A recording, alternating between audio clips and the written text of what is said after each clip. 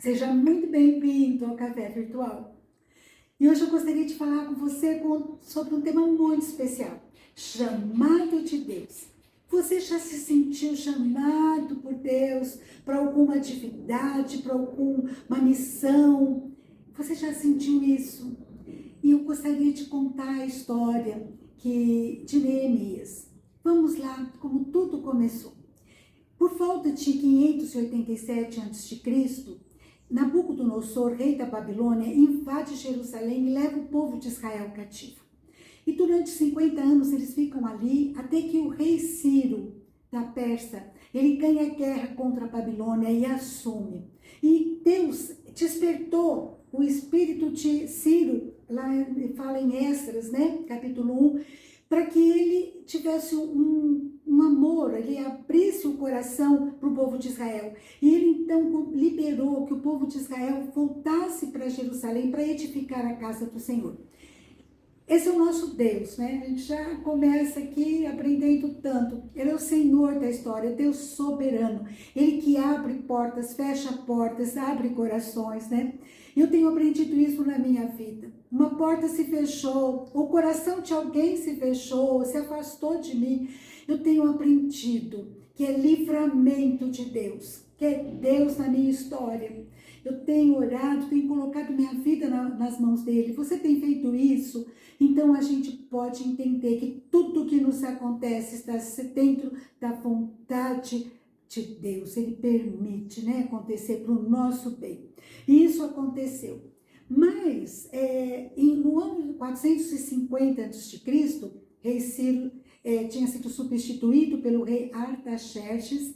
E o rei Artaxerxes, ele tinha um copeiro chamado Neemias. Neemias tinha sido descendente de um dos exilados. Possivelmente ele tenha nascido na Babilônia. Mas o que acontece é que Neemias era uma pessoa envolvida, uma pessoa que se importava. O livro de Neemias, no capítulo 1, fala sobre isso. Fala que ele era copeiro na cidade de Susã, do rei Artaxerxes. Mas ele queria saber a respeito dos seus irmãos, dos seus familiares biológicos lá de Israel. E ele então perguntava, e ele ficou sabendo, no versículo 3, que eles estavam em grande miséria e desprezo, que os muros de Jerusalém tinham sido derrubados e as portas queimadas. E quando ele ouviu isso, ele diz que senta e começa a chorar e lamentar, e ele jejua e ora, clama a Deus. E ele então diz a Deus: Senhor, eu sei que o Senhor é um Deus que guarda a aliança para com aqueles que te amam e guardam os seus mandamentos. Olha, Senhor, no versículo 6 de Neemias, capítulo 1, estejam, pois, atentos os seus ouvidos e os seus olhos abertos para acudires a oração do teu servo, que hoje faço a tua presença dia e noite pelos filhos de Israel. Você já fez uma oração assim? Senhor, esteja atento, Senhor, os teus ouvidos, os teus olhos. Olha, Senhor, a mim, eu estou clamando, né? Você já se colocou na presença de Deus. E Ele nos ensina a fazer isso. Primeiro, Ele se ensina a confessar o pecado. Ele fala assim: eu faço isso, confessando os pecados dos filhos de Israel. Ele se inclui, nós temos cometido contra o Senhor, nós pecamos. Então, Ele nos ensina a clamar a Deus: Senhor, ouve a minha oração. Mas a gente tem que reconhecer que nós temos feito coisas que têm nos afastado do Senhor. E Ele pede perdão. E Ele fala: nós temos procedido de uma forma corrupta. Ó Senhor, nos ajude. Depois Ele continua dizendo: Deus, o Senhor é um Deus de promessas. O Senhor é um Deus que tem promessas para o teu povo. O Senhor é um Deus que perdoa os pecados confessados, né? E Ele então: Senhor, nos perdoe. Lembra da tua promessa com o teu povo. Aqui estamos nós somos os mesmos que o Senhor nos resgatou com a sua mão poderosa. Me orienta, Senhor. Ele quer fazer alguma coisa, ele sente esse ardor no coração, mas ele pede para o Senhor: Senhor, o que eu devo fazer? Me orienta, abre as portas para mim. Abre as portas do coração do rei Artaxerxes, para quem eu sirvo. E olha que coisa tremenda. Deus ouve a oração de Neemias e o rei Artaxerxes percebe que ele está triste, pede para ele porquê, né, uma explicação da tristeza do olhar de Neemias. Neemias fala do seu povo e pede para ir até lá, para Jerusalém, para ajudar o seu povo. Deus abre o coração daquele rei e ele não só, ele dá recursos, como ele dá proteção para Neemias. E Neemias vai para Jerusalém. Ele vai para Jerusalém e lá em Jerusalém ele não fala nada, não conta nada para ninguém. É importante a gente não ficar contando sonhos nossos para qualquer pessoa, né? Antes da hora. Então ele começa a andar por Jerusalém, que fala que ele chega em Jerusalém, capítulo 2 de Neemias, versículo 11, e ele não declara a ninguém o que Deus colocou no coração dele para eu fazer em Jerusalém. Olha só, Neemias, ele estava numa situação muito cômoda, ele era funcionário público, né, do rei, ele era copeiro, uma posição que trazia conforto, segurança material para ele. Mas quando ele é chamado, esse ardor no interior dele é inexplicável, e ele resolve fazer a obra do Senhor, e ele vai lá, mas ele vai com sabedoria, coisa tremenda que a gente tem que aprender com Neemias. Quando Deus coloca um ardor, vamos estar conversando com ele, pedindo orientação, antes de ficar divulgando, né? Como a gente aprende aqui, né? E Neemias, ele vai e Deus vai confirmando no coração dele, ele anda pela cidade, até que então, lá no versículo 17 do capítulo 2, ele chama o povo e fala para o povo: vocês estão vendo a miséria que nós estamos, Jerusalém assolada, as portas queimadas. Vinde, pois, que edifiquemos os muros de Jerusalém e deixemos de ser opróbrio. E lhes declarei como a boa mão do meu Deus estivera comigo. Ele pela segunda vez fala aqui o quanto que ele sente Deus conduzindo toda essa história, confirmando no coração todas as histórias. E o povo então corresponde. Eles dizem: disponhamos-nos e edifiquemos, e fortaleceram as mãos para a boa obra. Que coisa tremenda! Deus confirmando, tratando dos corações, abrindo portas e fazendo com que aquele projeto se solidifique, seja efetuado. Mas, sabe, Neemias, ele expõe o coração primeiro a Deus e depois aquelas pessoas. E a gente tem que ter essa prudência, porque logo que ele faz isso, ele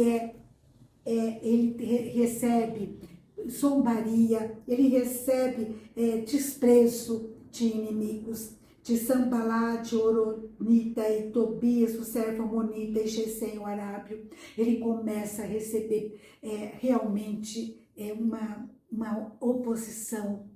Ele começa a perceber que estava difícil isso, mas ele estava com o povo, estava com as mãos fortalecidas para a boa obra. Aquela situação, mais do que um muro, né? Você vai falar: nossa, ele vai construir um muro, e ele o faz com o povo em 52 dias, mas era uma reconstrução, um resgate da identidade, da dignidade, da fé do povo de Israel. Era um começo para uma nova história, sabe?